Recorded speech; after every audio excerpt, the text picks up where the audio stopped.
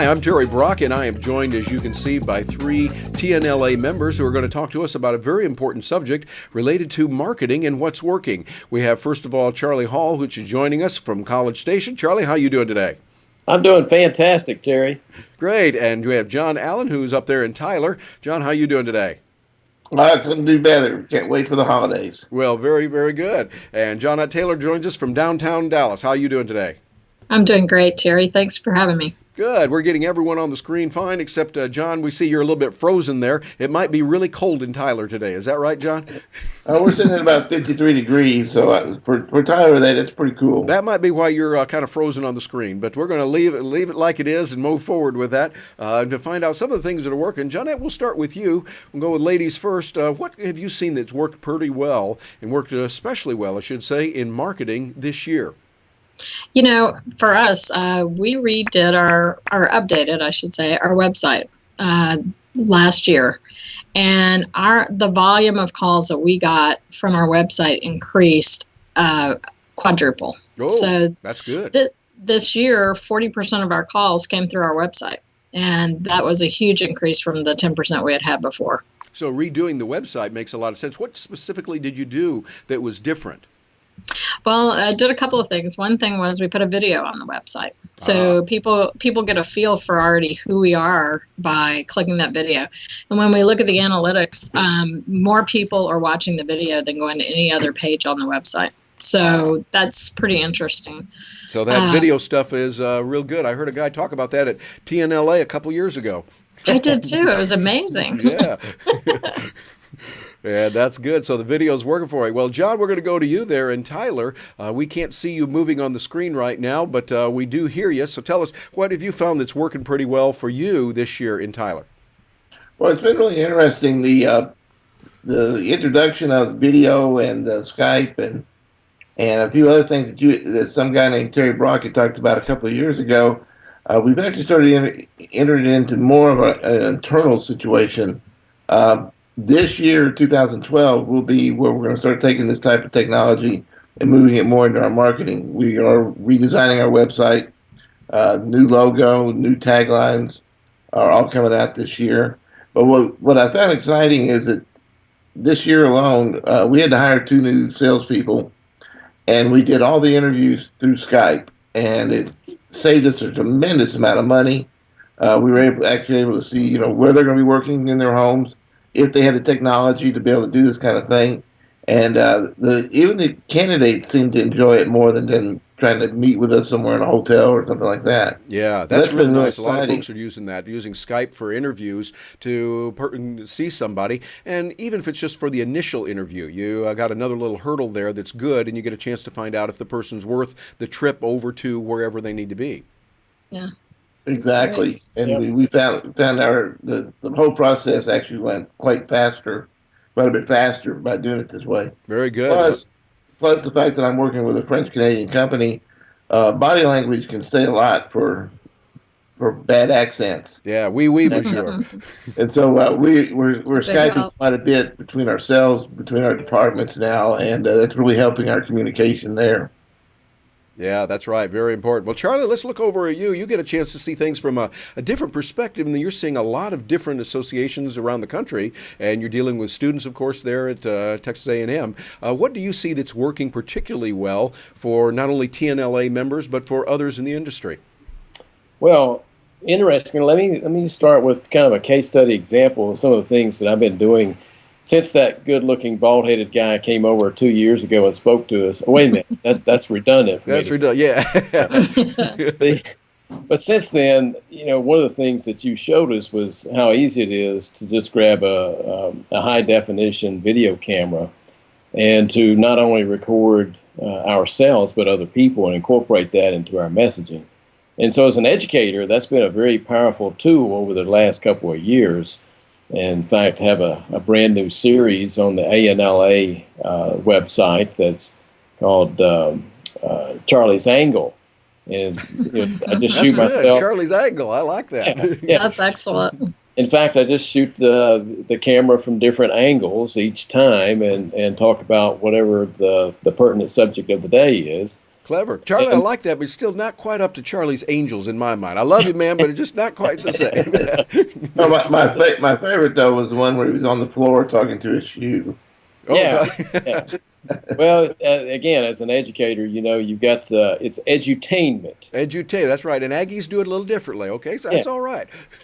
That's And I great. think that's important for businesses as well. It's one thing to talk about how to prune a tree or how to plant this particular shrub or which particular plant variety is best, but to actually show folks and to entertain them at the same time is a fairly unique skill. And it's one that I don't think is uncommon. I just think it's one that's untapped by many of the folks in our industry because the green industry is full of characters and some really funny folks. And if you were to tie, I can envision businesses, and I've seen some good examples of that, of businesses tying together in their promotional videos or whatever message they want to show in a video, tying together some funny antics. It's very powerful. Yes, that's the kind of thing we've seen happen in other industries. We think of Gary Vaynerchuk in the wine guy. What he did with his wine library is very famous, and he would talk about wine and give real good insights in wine. But he also had fun with it. And if you were offended by some certain types of language, maybe you wouldn't want to be there. But those that watched it enjoyed that and understood it. And he was able to bring in all of that. I think that's good. Well, that of course leads to the next thing I want to ask each of you about is we're going to get you to get your crystal ball out there and rub it really well as we look into 2012 and what's coming down the pike. And tell me, what do you think is going to be happening? What will be hot? What will be working as we look into that next year? And Johnette, we'll go back to you there in Dallas to let us know what's happening. Well, something that we're trying this year is really, really kind of exciting for me, and it's how to capture a customer when we're not around. And so we're using QR barcodes. And even on our yard signs on installations, we have the signs say this is a smart tag garden. So if this sign's in somebody's yard, a neighbor's walking the dog later, thinks the yard looks great, they can go up with their smartphone. They can click on that tag. They get all the information about our company. It takes them to our website and ties them right in and helps us capture a customer when we're not even there. Very nice. So those QR codes can be real good. That's something I want to talk a little bit about when we get together in Austin in a few days. We'll get a chance to see that. But you're finding that is working now for you? Yeah, we're getting, we have a lot of interest from people, clients, when we ask them, can we put these in your yard? And then one of the things we're doing for our customers is we're tagging their plants with QR codes. So when we leave and they don't remember the name of something, or a neighbor asks a question or whatever, they just go right back with their smartphone. The other thing that's really kind of cool is their kids are more interested in it because they can use the phone to access the information, Nice. So they're actually the kids are learning something. So it's really been pretty fun. Yeah, that sounds great. There's a lot of application for that. Well, John, how about yourself? What do you see happening in 2012? What are your predictions now? I found that really fascinating about the QR codes because essentially we're doing the same thing. The new business cards, we're putting our B cards in QR codes on the back of the business card so they can scan it and immediately add us to contact. We're also putting them on the brochures of our different products. If they want more details, they can just scan the code and get all the details they need about that particular product. So it's a brand new technology. We're just now learning about it, but we really think it's going to be a great marketing tool and be able to pass on a lot of data very easily and very quickly. Yeah, that makes sense. A lot of good stuff with that. Well, Charlie, how about yourself? What are you seeing as the future holds for 2012, looking way into the future, which is the full year? As in technology, that's a long time for a full year. What do you see happening? It really is. And if you look at how folks are utilizing, let's just take social media as a technological tool as an example. If you look at how they're using it right now, it's almost an ad hoc add-on to their more traditional marketing efforts. And I think we're going to see a more integrated approach, perhaps because of the need to show the return on investment. Yeah. We're still, even though we're in recovery, we're in a situation where we're still having to prove up those marketing dollars to justify spending them. And I think the whole area of analytics within the social media realm is going to explode. and firms are going to have more tools available to them to analyze the effectiveness of those QR codes or other types of social media tools that they integrate. Yeah. So this whole idea of analytics is one that I think that's going to kind of hit the scene running in 2012. And whether or not it applies to our industry, the whole